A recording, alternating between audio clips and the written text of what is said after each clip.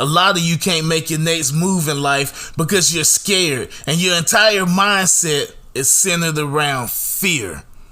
You're afraid of the opinions of others to the point to where you allow it to leave you stagnant.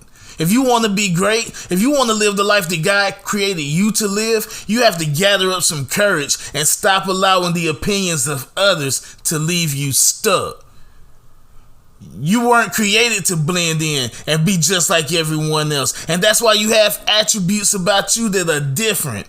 You were made different so that you can stand out in your own way. Stop blending in with everyone else and start celebrating your differences. When you dilute the very attributes, the very gift that God gave you, you drown out your blessings. Everyone who has ever achieved massive success was criticized and at some point faced massive backlash. But what separated them from the average person is that they didn't let it stop them. They pressed on anyways. Listen up. Those who are broke, those who are miserable are always going to have something to say. But if you really have the heart of a champion, you will understand that you can't afford to leave your fate in the hands of others. You owe it to God. You owe it to yourself. And you owe it to your family to press a hard line and live the life that you were created to live. I understand that everyone isn't going to like my books. I understand that everyone isn't going to like my speeches, but what am I going to do? Just quit and give up because 10 out of every 1,000 don't like it? I grind because God gave me a vision. I don't do it for likes or attention. Matter of fact, don't even give me the glory. Give the glory to God. That is my mindset.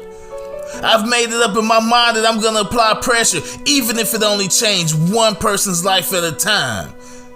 I'm going to apply pressure no matter what people think. I'm going to apply pressure whether they like me or not. And I urge you to have that same mindset. Stop living fearful and start living courageous. Stop being on the fence and start taking a stand. Are you going to be successful or are you going to make excuses?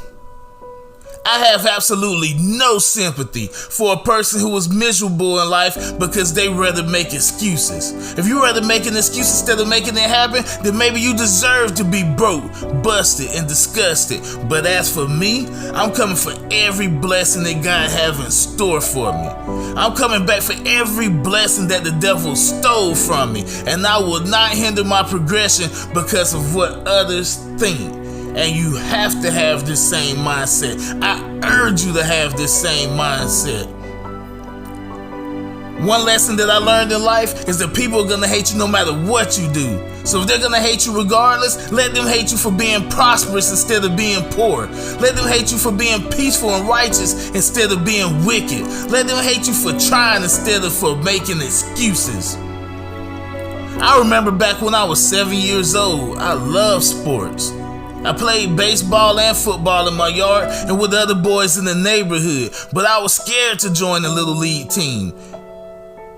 Even though I was good at both, deep down inside, I was fearful of what other people thought about me. I was scared that if I fumbled the ball or struck out, the audience would laugh at me. In the back of my mind, I wondered how I would compare to the other kids that didn't live in my neighborhood. Will I still be stronger than them? Will I still be faster than them?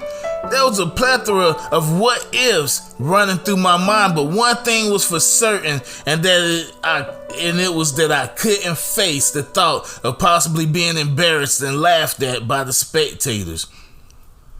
One day my mom noticed how good I was and asked did I want to join the league. I declined and told her why. She persuaded me to join even though I didn't want to. Some kind of way she persuaded me, and I believe it's because she told me that she believed in me. The moment she told me she believed in me, I started believing in myself, and that conversation changed my mindset for the rest of my life.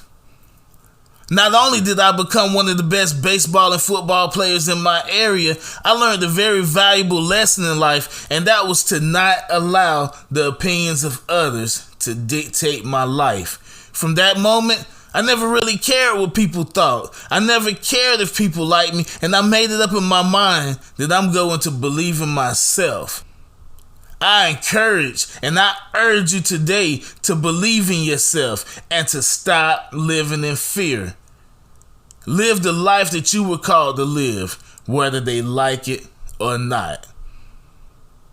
God bless you.